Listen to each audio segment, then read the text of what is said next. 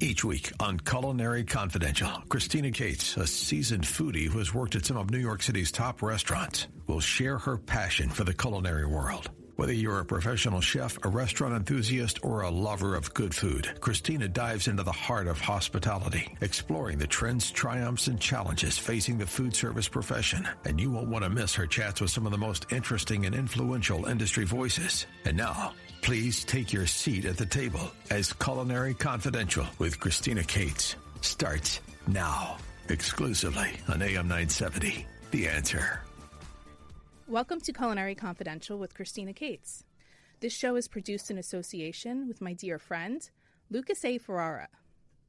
I have a fun show lined up tonight, and some may say a little bit risque. In keeping true to my commitment of the show, we're going to cover all the trends going on in the industry. But the show tonight is for adults only, so put the little ones to bed.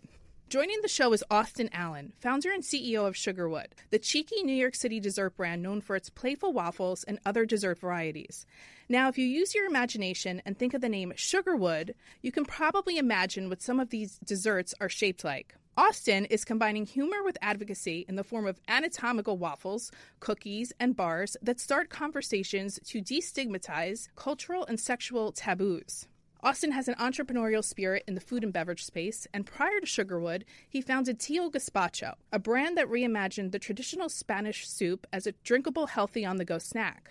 His innovative product caught the attention of General Mills, celebrity chef and humanitarian Jose Andres, and beverage conglomerate Novamex, who all invested in the company, took seats on its board, and helped grow its distribution from just a few stores in the New York City area to 3 regions of Whole Foods, Target, Walmart, 7-Eleven, Amazon.com, and Amazon Fresh. In 2018, Novamex acquired Tío Gazpacho, making a successful exit for Austin. Although this is going to be off topic for tonight's show, if we have enough time, I'm going to want to know more about this venture because any collab with Jose Andres is a big deal. Austin is passionate about people, culture, languages, travel, music, and LGBTQ plus advocacy. He's been featured in Forbes and USA Today and was named to Out Magazine's Out 100 list, recognizing influential LGBTQ plus leaders. Also joining in on the fun tonight is Rachel Chitwood. Rachel is Tipsy Scoop's Vice President of Marketing and was the company's first full-time hire in 2015. If you've not heard of Tipsy Scoop before, it's basically liquor-infused ice cream that started with an idea in a New York City kitchen back in 2014. Tipsy Scoop is now a global brand that blends the magic of an artisanal handcrafted ice cream with the mastery of a perfectly mixed cocktail. If you've not had it, I can tell you it's amazing. What I think is so cute about this is that their locations are called barlers. Get it? Ice cream parlor plus bar? Barler. That's so clever. Rachel has a background in spirits journalism and is the co-author of the Tipsy Scoop cookbook named Tipsy Scoop, Latest and Greatest Recipes. She is the brains behind Tipsy Scoop's viral social media. Austin, Rachel, welcome to Culinary Confidential. Sounds like we're going to have a very spicy night lined up for us. Thanks for having us. Yeah, thank you. So happy to be here. Okay, I was introduced to Austin through the Gnocchi on 9th guys that were on the show a few months ago. Mike Salzano just sent me his contact info and said, you should really have Alan from Sugarwood on the show. Now, I'm a yes person, and I was like, great, let's line it up. So I reached out to Austin, and we were having a lovely chat for a few minutes, and while I was on the phone with him, I happened to go onto his website, and I was like, oh my God, this is not at all what I thought your brand was. I thought it was like a candy store or a bakery or some kind of a dessert brand. So I can honestly say we've not covered this topic on the show yet, but clearly there's a market for it, so I'm so happy you're on with me tonight. Thank you. All right, before we dive into the details of the brands, I want to know how the two of you know each other because, Austin, you brought Rachel from Tipsy Scoop on the show tonight. Yeah. So we actually met because I reached out to Tipsy Scoop a little more than a year ago. They were on my radar. They've been on my radar for a long time as a brand that I loved and also a dessert brand that wasn't family friendly because, you know, a lot of dessert brands are family friendly. So I was thinking of like, you know, we're never going to do a collaboration with Van Leeuwen or the Museum of Ice Cream. But Tipsy Scoop was on my radar, and we had previously sold popsicles in our shop. And so I just knew that there was a lot of synergies between the two brands. So I reached out and said, hey, I'd love to do something with you guys. I know we can't sell your product in our store, but it would be cool to do something. And Rachel got back to me. We had a meeting, and she goes, "You can absolutely sell our product in your stores. You don't need a liquor license to sell alcohol-infused food as long as it's under 5%," which rocked my world. I had no idea that we could do that. Okay, I was going to ask about that later on. We got to revisit that because I was so confused by how you could do that. Yeah. But Rachel, what did you think when you got this message from Austin? I mean, as soon as I took a look at their Instagram, I was like, this is my dream partnership. Is it? Oh, absolutely. I was like, as soon as we make a video with boozy ice cream and these woody-shaped waffles, like, it will go viral. So, yeah, the first day I just came in and I did the full experience of picking out my waffle and getting the drizzle and everything. And then we came up with a really fun large format sundae called a weenie martini. Oh, this and is it genius had stuff. like 10 scoops of ice cream and these huge waffles in it. And we served it in our store and his store for a limited amount of time last summer. And the internet loved it, obviously. Wait, so what's in the weenie martini? So it was... Is it like a banana split of sorts? Yeah, Sort of, yeah, exactly. It was our cake batter vodka martini ice cream, which is like a bachelorette party favorite kind of. Yeah, I'm sure. With, I think we used the cinnamon woody waffles. Yeah, the cinnamon woody waffles, and we kitties. did large ones and mini ones, and then we also have these basically sort of like sprinkles that are in the same shapes as the woodies, and we drizzle tons of sauce all over it.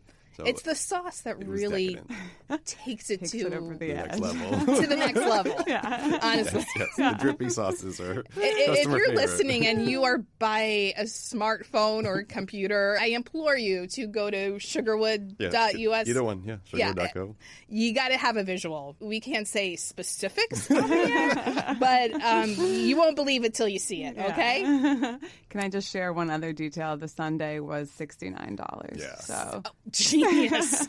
And came in one of those massive martini glasses. Yeah. So How many scoops and how many... it was 10 Woodies scoops are you and- getting? And 4 waffles, so it was enough to share. That's enough to definitely share. enough to share. And we had yeah. one group that came in once, and they were like 4 or 5 people, and they were debating about like, oh, should we get it? I was like, I think it's enough for you guys to share. And after they made their decision, they go, okay, we'll take 3. I go, but there's only 5 of you. They're like, well, yeah, we love dessert, and they ate. I think they maybe took home like 1 or 2 of the waffles, but they went to town. Wow, I'm impressed. That is I unbelievable. thought they were debating if they were going to get 1, and they ended up getting 3.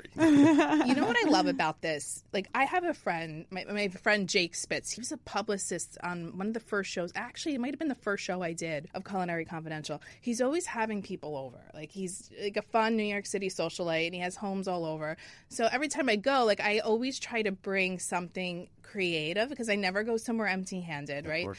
And I feel myself racking my brain a lot of times going like, what can I bring that's different than the last time? Like, I've brought every champagne under the sun. I've brought little caviar kits. It comes with like the mother of pearl spoon, the caviar, all the accoutrements.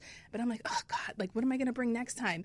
And then I connected with you guys. I'm like, this is great because it's like a talking point too. When you show up to someone's house with boozy ice cream, or if they don't like to drink, you know, some playful waffles that actually taste really good. Totally. It's a party starter. Yeah, and we hear that all absolutely. the time from our customers, especially online, because we see people are repeat customers and they send gifts all over the place. And so I've just reached out to understand, and they say, well, you know, I could send them an Amazon gift card, or I could send them a shirt, or you know, a bottle of wine that they're probably not going to remember, or I could send them this, and it's going to make their day. They're going to laugh. They're going to have a little bit of an experience because they get to decorate the waffles and the cookies. So it's a huge hit. So you have like do-it-yourself boxes. Yeah, we have do-it-yourself cookie decorating kits, waffle decorating kits, and then we also sell cookies pre-decorated as well. And it's shipped nationwide. Are you like on Goldbelly or anything, or is it direct from your website? No, it's direct from our own website. And then we're also partnering with a very popular bachelorette party planning app called Batch. Tell me about Batch. I've never heard You of guys this. are on We're Batch on as well, Batch yeah. too, yeah. Mm-hmm. So it's Tipsy it's an Scoop app. and Sugarwood are on Batch. All right, what is this? It's the #1 party planning app for bachelorettes. That makes sense. And they have a marketplace. They operate in like 40-something markets. And so you go Wow. on if you're planning your All the event big and you ones. say, I'm in Nashville, Charleston. Phoenix, Charleston, yeah. So it's kind of like how the Knot is for weddings. Exactly. For yes. Batch is for bachelorette parties. Because I tried the Exactly. Knot and it didn't work for us because people are really looking for caterers and photographers. But Right. on Batch, people are looking for experiences, boozy yeah. bus rides, you know, strip shows, drag queen, you know, drag shows, all that kind Yeah. of stuff. So we just launched on there about a month ago, but it's going crazy well. Yeah, we do our like delivery of cakes and pints and stuff, but like Austin said, people want an experience. Yeah. So we offer something that's ice cream cocktail making, and we go to the bachelorette house and show them how to make our ice cream cocktail. So it's like a fun activity,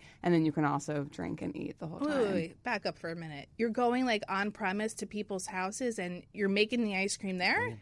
So basically, we take the ice cream and show them how to make like really creative Instagrammable floats. So Wow, that's a cool job. Yeah, it's really fun. Yeah, we do have an ice cream making class at our New York store, but we don't have that nationwide yet. So, is the key word. Yeah. And we do the same thing. We have cookie decorating experiences and waffle dipping experiences in the New York area, and then outside of New York, obviously we don't have the reach, so we ship the kits, and they're almost as fun. They're really, really popular, and we can't obviously be in every city in the U.S., so it's a great alternative. You could be, and maybe you will be. All right, so who do you think your audience is besides bachelor type parties? Like, we have a largely female audience. I think our numbers are like 75 to 25. And it's like ages around 21 to mid 40s, upper 40s.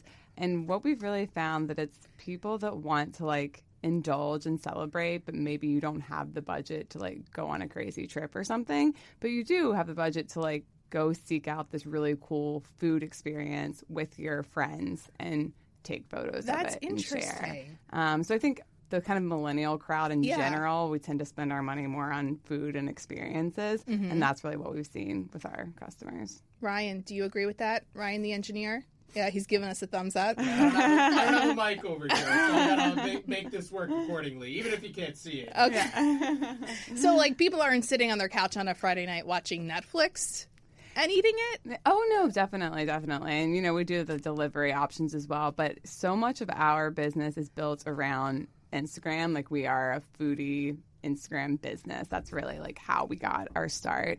That's how we do most of our marketing is through social media. Okay, so I wanted to talk about that. Yeah. The idea with our consumer more is that you want to come into our store, get one of these over-the-top sundaes or flights, and take a picture of it and video of it, put it on your Instagram and your TikTok. Where is your store in New York? Our flagship is on 26 between 2nd and 3rd, so like Kips Bay area. And then we have one in Williamsburg, one in Astoria, and then franchises currently in Washington, D.C. and the Bahamas, and then we're opening in a couple months in Phoenix and Nashville. Wow. I thought Portland also. Oh, in Portland also. I was on the website the other day, and I couldn't believe how many locations there were for Tipsy Scoop. Yeah. A lot of them are opening later this year, so we've been franchising for about a year. So, yes, Portland and Nashville in a month, and then we'll have Phoenix, Pensacola, Baltimore, Miami later this year. That's amazing. Yeah. All right, before we keep talking about this, I do want to ask you a little bit about the Tio Gazpacho time in your life, because like I was saying in the intro, I find that to be very interesting. How did you link up with Jose Andres? Not everyone has access to somebody of that caliber. So, long story short, I lived in Spain when I was younger. So I spent 4 years there. So I have a lot of passion for Spanish food and language and culture and people. Yeah. And so I had this idea. Like, gazpacho became a big product category while I was living there in the early 2000s. And so I had this in the back of my mind. And about 13 years ago, I was working at Wells Fargo and miserable, like at a boring job. As most finance people are. I was working at a branch even. So actually, I left the branch. I was working in training, but it just wasn't a great job and it wasn't stimulating. And I had this idea to launch a drinkable gazpacho company like I had experienced in Spain. There's more of a product that everybody knows here. I knew it was going to be more niche. And so I started working on it, and I attracted the attention of General Mills, and then I happened to be interviewed by USA Today as part of an article that they were writing about General Mills and their newfound focus on investing in startups. And that came out, and my face was on the front page of USA Today Business, and the article was like a lot about me. That's so cool. Because I met with the writer. I don't think General Mills was too happy about that. And but I got a call the next day. The message said, "Hi, my name is Jose. I'm a Spanish chef, and I live in D.C. I'd love to talk to you." And I'd been trying to get a hold of him for over a year. And I was like, is this a prank? Right. And I called back, and I was like, is this Jose Andres? He's like, yeah. He goes, do you know who I am? And I was like, of course. I mean, this is 2014, but still, he was already a big deal back then. He was very well established. And And I had lived in D.C. and I'd been to his restaurants a million times and loved everything about what he was doing. And so, he called you directly. He got my number somehow and called me and was like very modest. And so we had a few meetings and he was like, I want to get involved. I've talked to many people about gazpacho, but like either they hadn't started yet or they were too big. And so, because the biggest gazpacho brand for many years was actually owned by PepsiCo, the one in Spain. Yeah. And so he was like, I didn't want to work with Pepsi and bring that to the U.S. And so we were working together and he loved the concept. And so he helped with consult on recipe, like tweaks and things like that, and helped with marketing. What did he tweak? I need to know. Was he like, it needs more cilantro? No, so it's funny enough, juice. we used onion and garlic, and he was like, you need to take one of those out. And I said, no. Wow. You said no to Jose Andres. No, I go, well, I've always made it with onions and garlic. He's like, you only need one. And I said, well, I'm going to leave them both in. But I think brightened it up a little bit, like a little bit more acidity with more vinegar and things like that. So, I mean, the recipes I had was already like a very classic Spanish gazpacho, but I just made little tweaks. And then they definitely helped with sourcing, right, of getting the best tomatoes, because we really wanted the best tomatoes and the best olive oil. Where were you getting the tomatoes from? So tomatoes sort of follow the seasonality, and so like sometimes they're available in Southern California and Arizona, and sometimes in Mexico, and sometimes in the Northeast, and so you just sort of follow the seasonality. So for a third of the year, you get them in each place. So he was helping connect us with farms that were growing really good tomatoes at a really good price. So you should give him a call and see if he's into playful waffles. Did he give you the salt air margarita recipe? Oh, that's so good. He did not, but I'd love to have that. My friend Shayna works for Gibson's restaurant group out in Chicago, but they work with Jose Andres brands out there. And every time she comes to New York, we go to New Blues and the Ritz and everything, and they have the salt air margaritas there, and they're so good. So like, there's no better drink. So dangerous, I would sit with him in a meeting, and he's one of those people that I think is just like so brilliant and has very short attention span. So I'd be sitting in a meeting with him and his assistant, and he'd have somebody like on the phone, and so he would just alternate between the three of us. Like, he'd ask me something, and then he'd give me some advice, and then he'd like turn his attention to his assistant, and then turn his attention to the person on the phone, and then back to me. But he was somehow he was basically multitasking right in front of me, having three meetings at once. Wow, that's the kind of brain. That's incredible. Yeah. But I think that's interesting that you have this background in food and beverage, like even before the waffle situation here. Like, you have a passion for this. Food and beverage, and also branding and marketing. So that's what I think the connection between the two is. As much as this, all of our products are edible, like, we don't really sell food in the sense of snacking and things like that, or something you're going to buy to put in your pantry. These are definitely, as Rachel was mentioning, experiences that people want to have that happen to be edible. So I think that the uniting factor is as much food as it is branding and marketing. And I'm really passionate about brands and how they present themselves to the public and how they gain traction and marketing. So that's great. All right, we have to go to commercial break. Stay tuned. You're listening to Culinary Confidential with Christina Cates on AM 970 The Answer.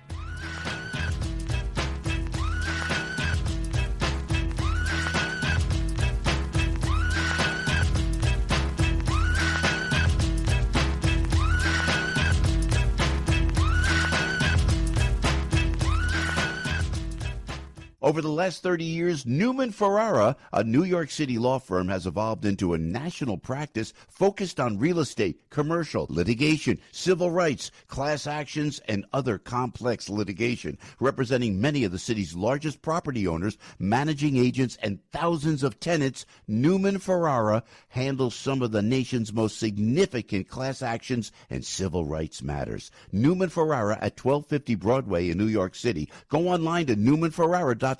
That's newmanferrara.com. Listen to the firm's name partner, Lucas Ferrara, every Saturday at 10 a.m. on Dottie Herman's longest-running real estate radio program, Eye on Real Estate on AM 970. A real estate lawyer for 35 years, Lucas is a professor at New York Law School and is also a published author with books on real estate and New York's landlord-tenant law. Tune in Saturdays at 10 a.m. to hear Lucas's unique perspective and advice on Eye on Real Estate. Welcome back to Culinary Confidential with Christina Cates on AM 970 The Answer. Welcome back. If you're just tuning in, we're joined by Austin Allan, founder of Sugarwood, and Rachel Chitwood, VP of Marketing for Tipsy Scoop. All right, so Rachel just scooped me up here tonight, a little sample of a couple flavors here.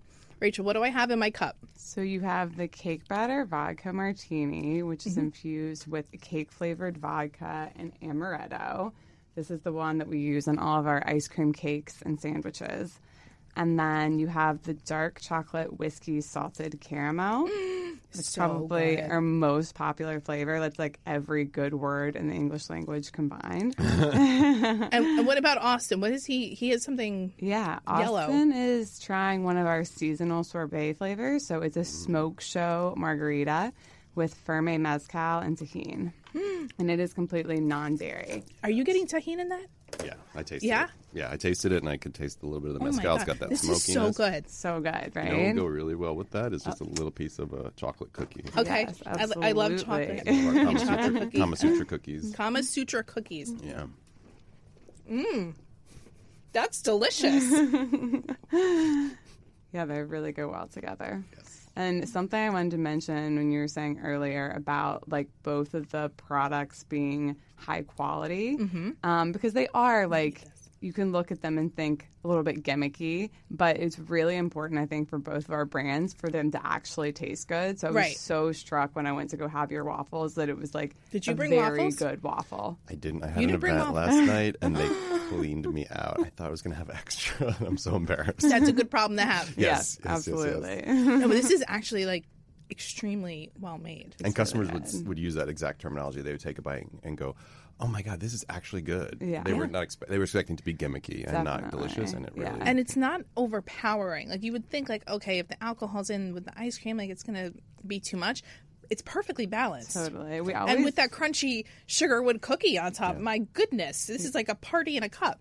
We always say that we want it to be like a well-blended cocktail. When you go to a bar and get a nice cocktail, you don't want it to be overpowering. You Well, want all sometimes. the flavors to Depending on the day you've had. mix together. Yes. Can you walk me through the creative process at Tipsy Scoop when you're trying to brainstorm and create a new flavor? Yeah, so it kind of goes a few different ways. Sometimes, like with the Smoke Show Margarita, the name came to us first. I love that name, by the way. Yeah, we were kind of just brainstorming Valentine's Day ideas, and we were like, you know what name we love? Smoke Show Margarita. Yeah. And then we started looking for different brands to partner with, kind of along with that name. So that's one way that it comes up, just thinking about a fun season or holiday. You're and- reverse engineering it sometimes. I like that. Exactly, yeah. But then sometimes a brand comes to us with a cool idea, and then we make it happen. So probably the best example I have is a few years ago, Miller High Life came to us, and they said The champagne of the beers. champagne and beers, exactly. They said we want to make an ice cream bar inspired by a dive bar. Wait, so they want ice like cream bar inspired by a dive bar. so okay. it's like what you think of, you know, a like ice cream pop from childhood, but they wanted like liquid smoke to connote cigarette smoke from Oh my bars, like goodness. stickiness from Yeah. caramel, like all these different flavors. And we were like, okay, challenge accepted. So what we came up with, I mean, it was really delicious. There were pop rocks that were like meant to have the carbonation. It was a really like great dive bar, and it had all these different flavors that kind of like came from their idea of this. the testing process of this might be the most fun part of it all. It's a lot of fun, yeah. And when people ask me if I've been drunk on the ice cream, I have been tipsy from like taste testing too many flavors on an Really? empty stomach. Absolutely, because some days you're just like trying it to get it right, and then you're like, "Whoa, I've had too much ice cream." All right, so let's talk a little bit then about the liquor part of the ice cream. I think we touched on it briefly earlier in this hour. You don't need a liquor license to sell this. Yeah, so it really varies state by state. In New York, you do not need a liquor license. It's basically been declared by the TTB, the federal government, as a non-beverage product. And then New York State regulates it like a food item. But then as close as New Jersey, for example, you do have to have a liquor license. And it's hard to get liquor licenses in New Jersey. They're very expensive. Yeah, So it's like yeah. not even, the juice isn't worth the squeeze to even cross the river. No, and that's something that we really have found very difficult now that we're franchising. Obviously, New Jersey's right next door. So many Right. people want to open like on Yeah. the Jersey Shore or whatever, but the cost to entry there is just so much higher. Yeah. But yes, luckily in New York, you do not have to have a liquor license. And now we kind of have a list of all the different states in the U.S. where the liquor laws are boozy ice cream friendly. And just what the are some other variations. states?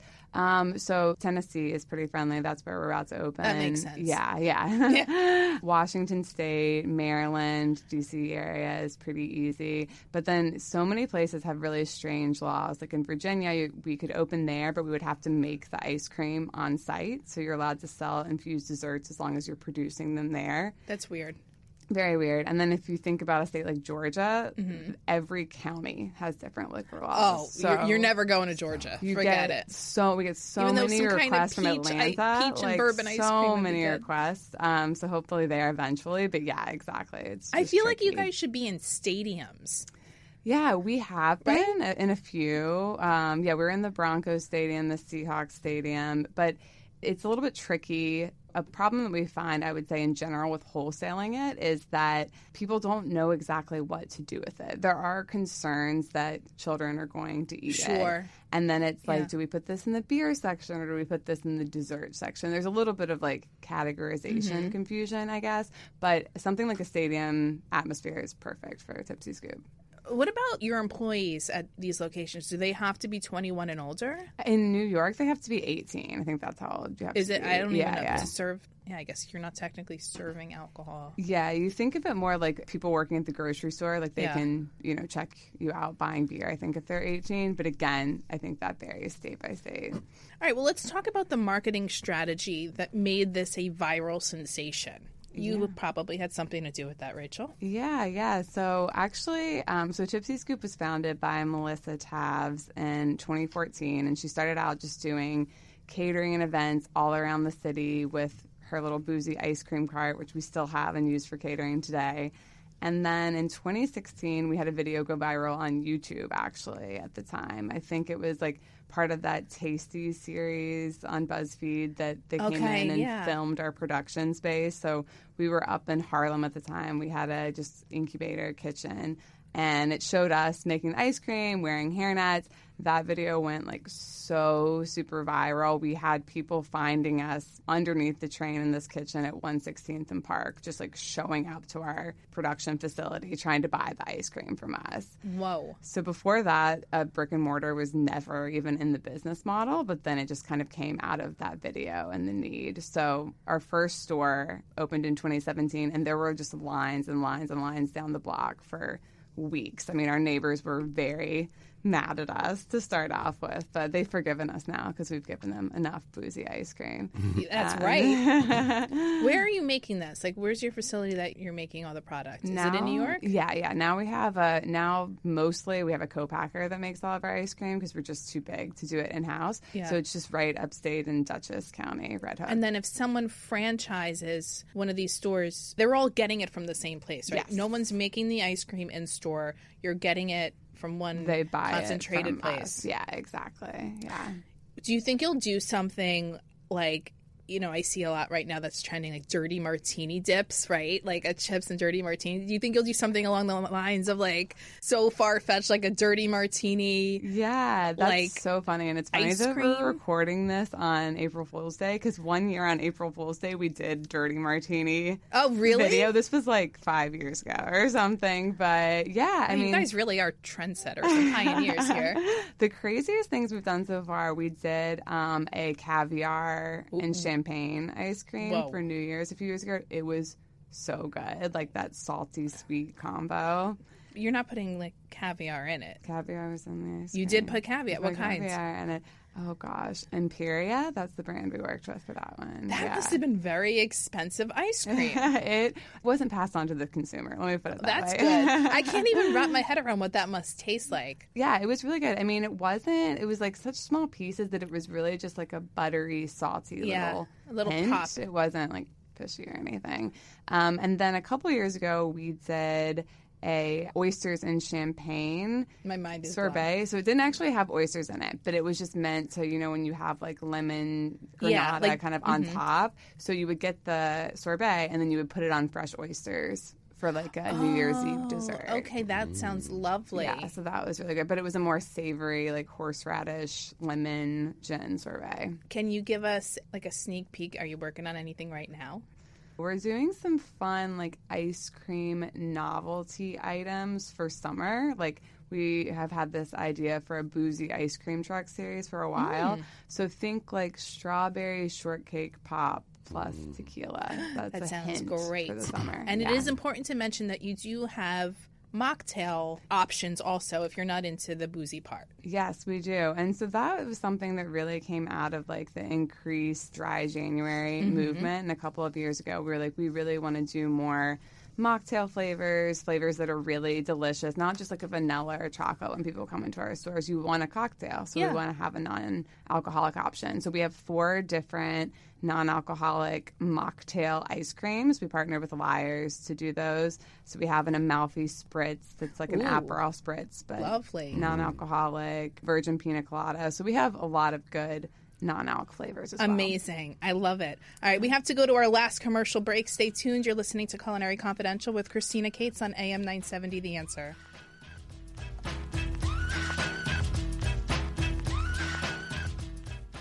Over the last 30 years, Newman Ferrara, a New York City law firm, has evolved into a national practice focused on real estate, commercial, litigation, civil rights, class actions, and other complex litigation, representing many of the city's largest property owners, managing agents, and thousands of tenants. Newman Ferrara handles some of the nation's most significant class actions and civil rights matters. Newman Ferrara at 1250 Broadway in New York City. Go online to newmanferrara.com. That's newmanferrara.com. Listen to the firm's name partner, Lucas Ferrara, every Saturday at 10 a.m. on Dottie Herman's longest-running real estate radio program, Eye on Real Estate on AM 970. A real estate lawyer for 35 years, Lucas is a professor at New York Law School and is also a published author with books on real estate and New York's landlord-tenant law. Tune in Saturdays at 10 a.m. to hear Lucas's unique perspective and advice on Eye on Real Estate. Welcome back to Culinary Confidential with Christina Cates on AM 970 The Answer. Welcome back. If you're just tuning in, I'm joined by Austin Allan, founder of Sugarwood, a cheeky dessert brand known for its playfully shaped waffles, and Rachel Chitwood, VP of Marketing for Tipsy Scoop, an alcohol-infused ice cream brand. Tonight's show is adults only. Welcome back. Okay, Austin, let's talk Sugarwood. Okay. I just need to know what inspired the creation of Sugarwood. How did you get this to come to life?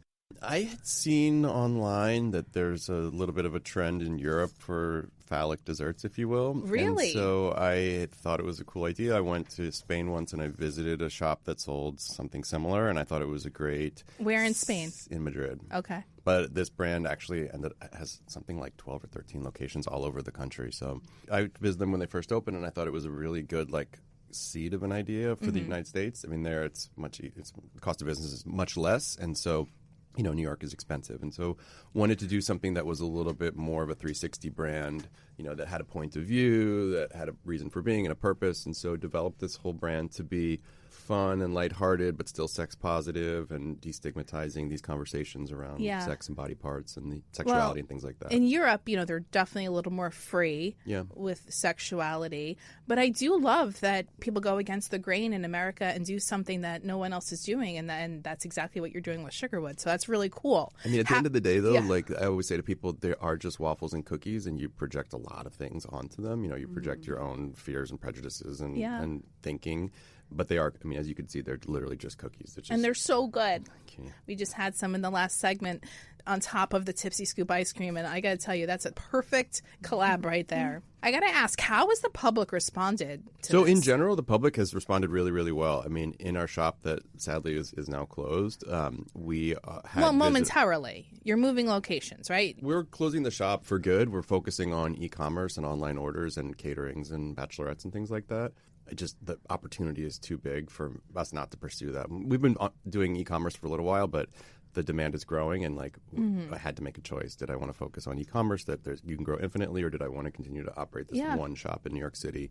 And so we, and with rent going up, we decided to get out of our lease and move, change our business model to focus on e-commerce only. So we're moving to Brooklyn, but we're going to be doing more caterings and things like that out of a kitchen versus an actual storefront.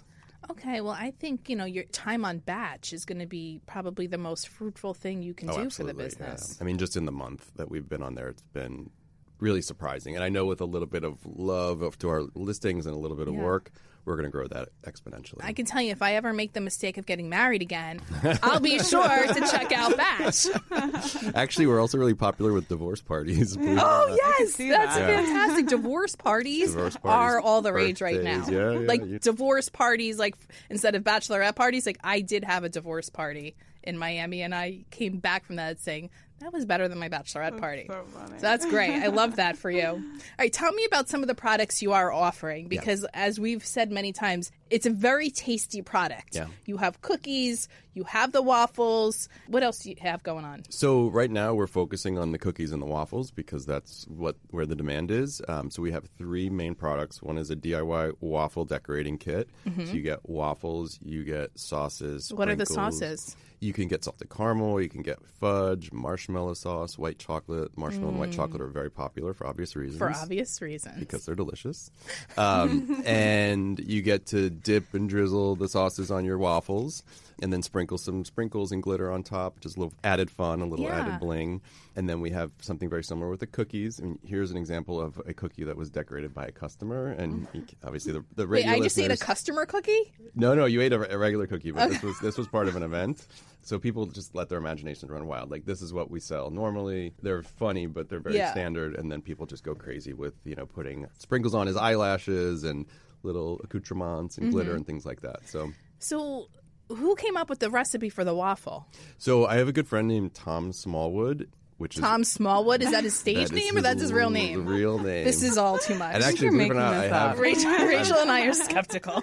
it's his real name, and I actually have another person that I'm now starting to work with, and her name is Abby Sugar. So Oh, I think stop I it. find people that Ryan is dying in the that corner right are now. just it's in the stars basically to work with me. But so Tom is a classically trained French pastry chef. He actually went to Paris and lived there for many years and studied French and French baking. Oh. And so he runs a patisserie on the Upper East Side. That's amazing. I mean, this is incredible. Next level. He's a good friend, and so he consulted on our recipes. And I said, I tasked him. I said, we want to do recipes that are easy to replicate, that are delicious. Yeah. With easy to find ingredients. I don't want to have to fold in egg whites or anything like that. That's really difficult to do. So we use a commercially available waffle mix, but then we add our own special touches like lots of cinnamon, vanilla, a little extra sugar to make it really, really delicious. A little love. Yeah. And then the cookies, the secret ingredient is not so secret as butter. A lot of butter. Oh, yeah. So the recipes are all his, and he's really talented and just a good friend. So, and people love what we say. As Rachel was talking about earlier, people just think everything is delicious.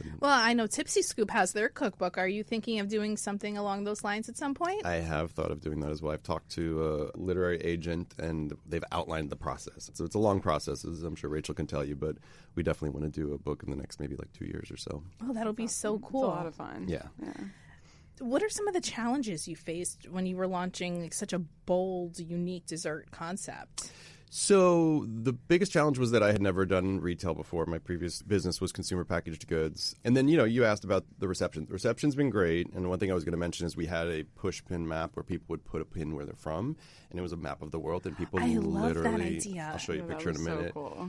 The map was covered. So, and places you wouldn't expect, Uzbekistan and I would Congo not expect and that things at like all. that. In December, we had a couple that walked in the shop, and they were so fun, and I was chatting with them, and they spoke perfect English, and I said, where are you guys from? And they're like, oh, well, we're from Saudi Arabia. And I go, well, what are you doing in New York? Oh, we're on our honeymoon, and we were dying to come here. And I was like, totally unexpected, Well, yeah, because I would seriously doubt they have things like that over there, right? They do not 100%. When in Rome. Yeah, exactly. But they were just so excited to be there. And they're not the only people that came from more conservative countries or conservative parts of the U.S.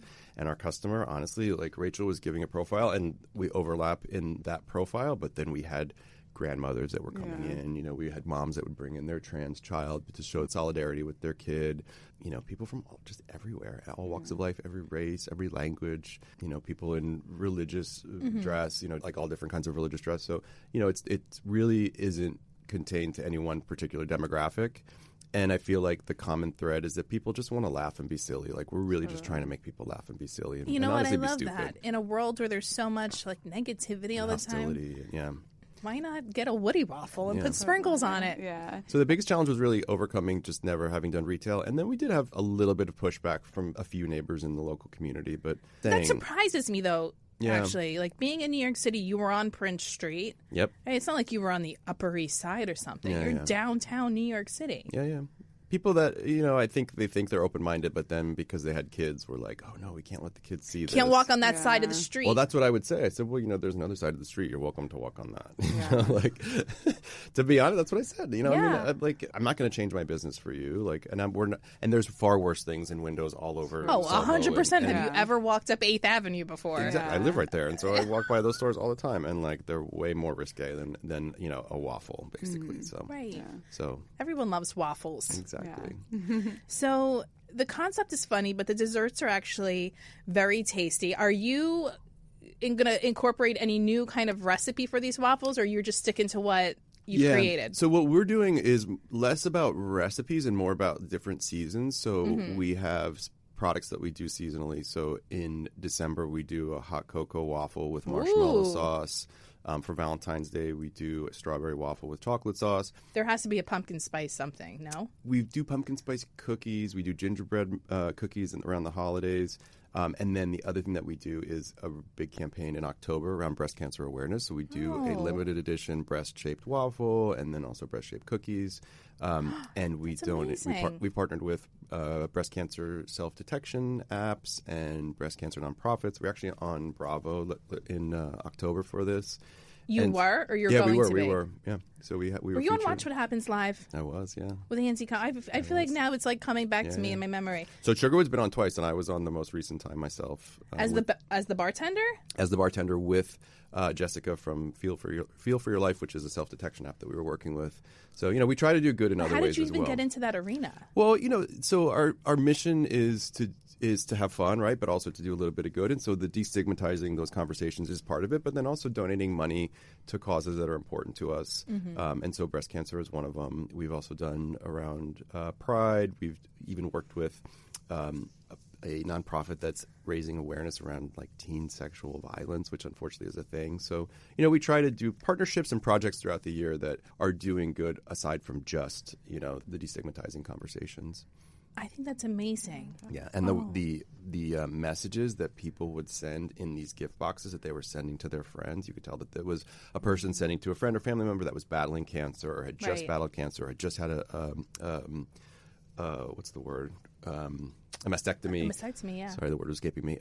And they would make me cry. I mean, they were so, because they were obviously using humor to make the person feel better, but it was just so sweet. Like, and I was like, wow, you know, we're putting this into the world. We're making people that are going through a really terrible time, making their world just a little bit brighter, even for just a minute. And that really moved me a lot. So That moves me too. And now I'm thinking of people I know that were recently diagnosed, and I should be sending them these little care packages Absolutely, for a chuckle. Yeah.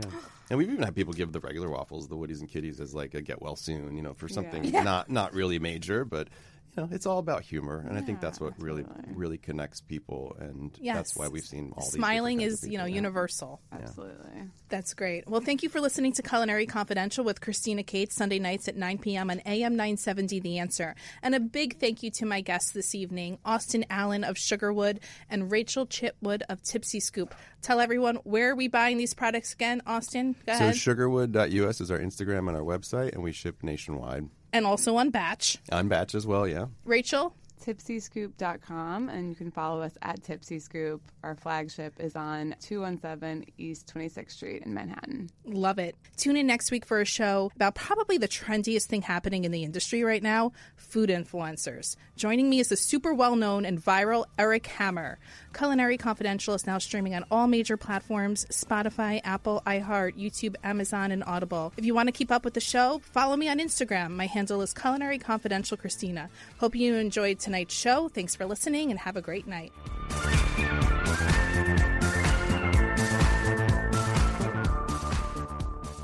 The preceding program is sponsored by Shake It Off Live, LLC.